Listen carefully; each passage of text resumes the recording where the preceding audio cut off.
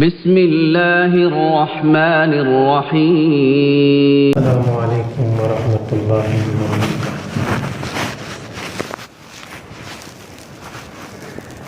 ان الحمد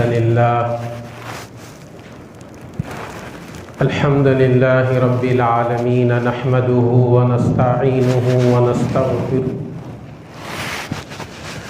ونؤمن به ونتوکل علیہ ونعوذ باللہ من شرور انفسنا ومن سیئات اعمالنا من يهده الله فلا مضل له ومن يضلله فلا هادي له ونشهد ان لا اله الا الله وحده لا شريك له